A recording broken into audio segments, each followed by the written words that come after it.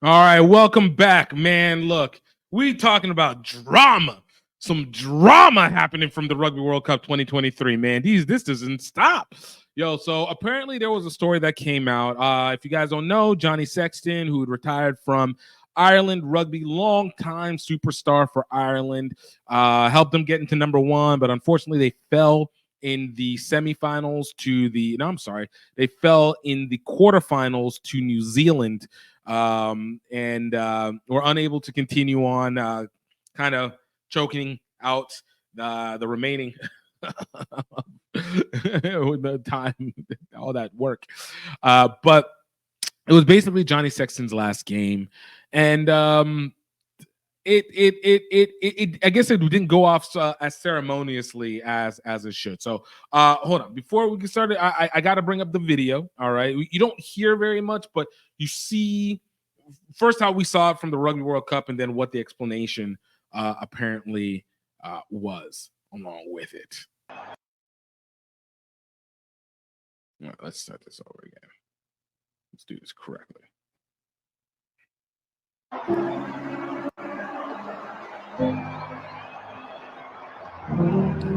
See the handshakes? All right. Johnny Sexton's up at the top right.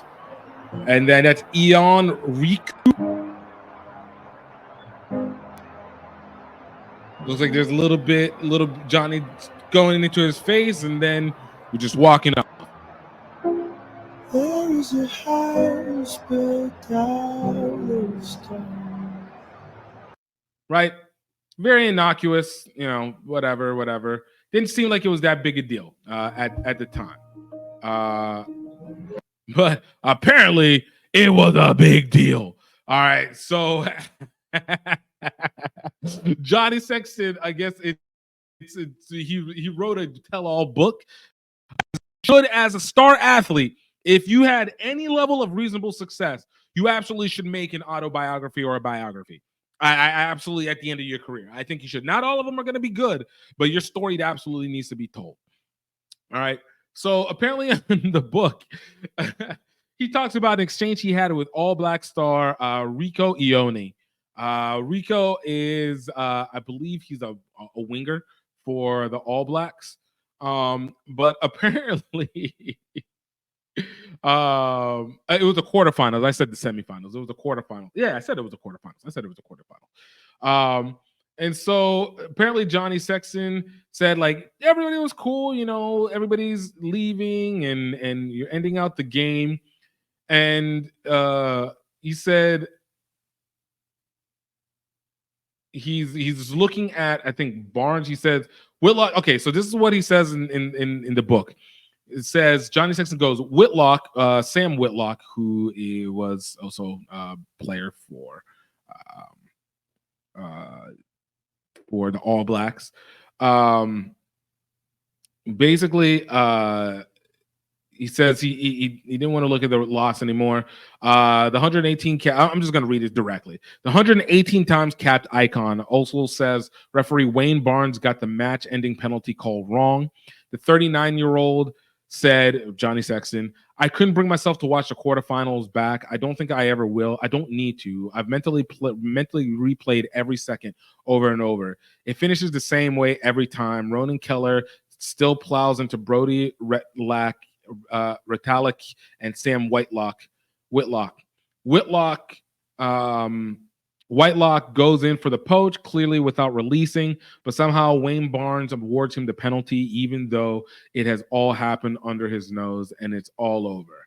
He added, and as I stand there, hands on hips, staring in disbelief at Barnes, Rico Iona, this is where it gets wilding, comes up to me and tells me, get back 10 meters. I said, huh? Said penalty. He said penalty back 10, and then after Barnes blows the final whistle. So that's not where it gets funny. This is where it gets wilding. So Johnny Sexton goes on to reveal all of what was said between him and Iona and himself in the quote expletive exchange before stating the All Black player lacked any humility. And Iona goes, don't miss your flight tomorrow. Enjoy your retirement, ya cunt.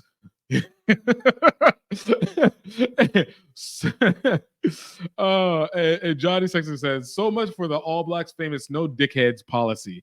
So much for their humility. And he says, I walked after Iona and called him a fake humble fucker. It doesn't look great. Me having a go at one of them just after we lost, but I can't be expected to ignore that. Yo, I don't know why. I thought this was hilarious. Absolutely hilarious. And when I tell you this gives me such a difference sometimes between American sports and sports internationally. And mind you, don't get me wrong. I know there's that, especially in Europe, and especially out of the fans, them cats are not peaceful people. Like that is ruckus in a different way. Like it's a different level of cult level behavior. But even on the field, like I should assume there's a certain level of animosity, especially when you have a strong rivalry, especially like what the All Blacks have had with the Irish. Like I get the humility. I get that it's rugby, and I get that there's the hooligan game played by gentlemen, gentlewomen, whatever, and you act accordingly. But like, yo, you can hate people on the field, and you can be like, yo, I'm gonna rub your nose in it. And you know what? Why I don't agree with Ione, Rico, and I don't care for that. And I honestly, I think it's a little B made, to say the least. I ain't even really that mad. Like, yo, that man does not like Johnny Sexton. I don't know how Johnny Sexton talks whenever he's on the field, because I don't listen to him mic'd up on the field. But like, you know, sometimes, hey man, you just get your one last shot. Now, I also think that if Rico had gotten punched in the side of the face after that, it would have also been slightly justified. But yo, give credit to Johnny Sexton for giving honestly what would be probably the lamest comeback I've ever heard. Is like, you're a fake humble effer. Like, okay. Okay. You lost. Like, I don't know. It made me laugh because it's so egregious. It's so out the way. And the fact on top of that, like, he even complimented. He said like everybody else was cool. You know, everybody else was cool, but whatever that little exchange was enough to, you know, rile people up. He said he later got in touch with Joe Schmidt to explain his behavior, because Joe was part of the All Blacks coaching team, and guys, they go way back. Joe Schmidt, if you guys don't know, is now the coach for Australia. And he was a coach. He was, I think, the former coach for Ireland before Colin Farrell's dad, Andy Farrell, took over. So, you know, Sexton's been in this for a while, but I just like, what are you explaining?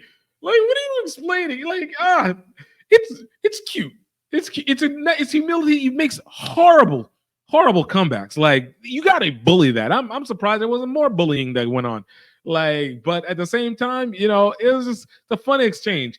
I personally am not interested to see what Johnny Sexton's book is going to be like. I think it'll be a good probably story, especially for those who are in Ireland and have seen the rise of Irish rugby over the last several years. But I get this feeling that it's going to be really similar to former captain of the All Blacks, former captain of the Richie McCaw's book, which in my opinion was horrendously boring.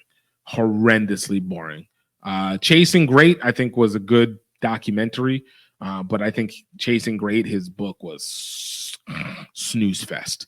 But again, I'm not against it. I think everybody who is especially a star athlete needs to put out a book. You don't know who's going to need it, and especially put everything into perspective and call out people and name names and put people into their position. You're retired. Ain't nobody worried. Don't worry about it. Don't worry about it. All right. But I just thought this one was just a legitimately hilarious story to me. What do you guys think? You know, like in the positioning of it all, Like, do you feel like, obviously, is Rico Iona in the wrong? He's clearly in the wrong. But do you feel like you would expect that after a heated game? Emotions are high at one of the top moments, millions of people watching, and you getting that positioning. This kind of reminds me of the South Africa England one with Tom Curry. Whenever he thought the prop called him a white C word, I've said the word already, white cunt on this one. Like, even though they said that it was they weren't even talking about him, they were speaking a word in Xhoba, and which was a call at itself. Like, the smack talking. Like, do you think the smack talking is there, or even more so, do you think that the smack talking and then it being called out to the public without sometimes context is legit? Like, I just want to know your thoughts on it. I just want to know where your thoughts are when it comes to that, because I think these are hilarious, but I think it's more hilarious because they're not from the US, I think. And it seems just something that's so normal for the US. It just seems so normal for the US. I don't know. Maybe that's They're the wheat flour that you can eat. My name is GiftTime in Baylor. I'm here with Health Enhanced Foods. And I want to tell you about one of our best and most beloved products, our sweet white wheat baking mix. Now, this is the baking mix for those who are not really looking for something that's gluten-free, but they are looking for something that they can eat that is going to still be healthy and is not going to be dangerous. White flour is typically a very processed, incredibly bleached flour, and it's not good for you. It's incredibly cheap for a reason. Our sweet white wheat bread mix is whole grain, dairy-free, high in dietary fiber, free of additives, and is absolutely unprocessed and unrefined. With our sweet white wheat bread mix, you can feel like you're getting all the same rewards that you would get from poor white bread, but with all the nutritional value. You're able to still make your bread loaves or your cakes, your flat bread or your cookies, but you don't have to feel like you are going to be robbing yourself of good carbohydrates. You can get the sweet white wheat bread mix from healthenhancedfoods.com. Absolutely go impress your friends and family with the greatest bread while not making them feel like they have to be gluten-free at the same time. No dangers, full body pleasures. Go ahead and get yours today. Let's go.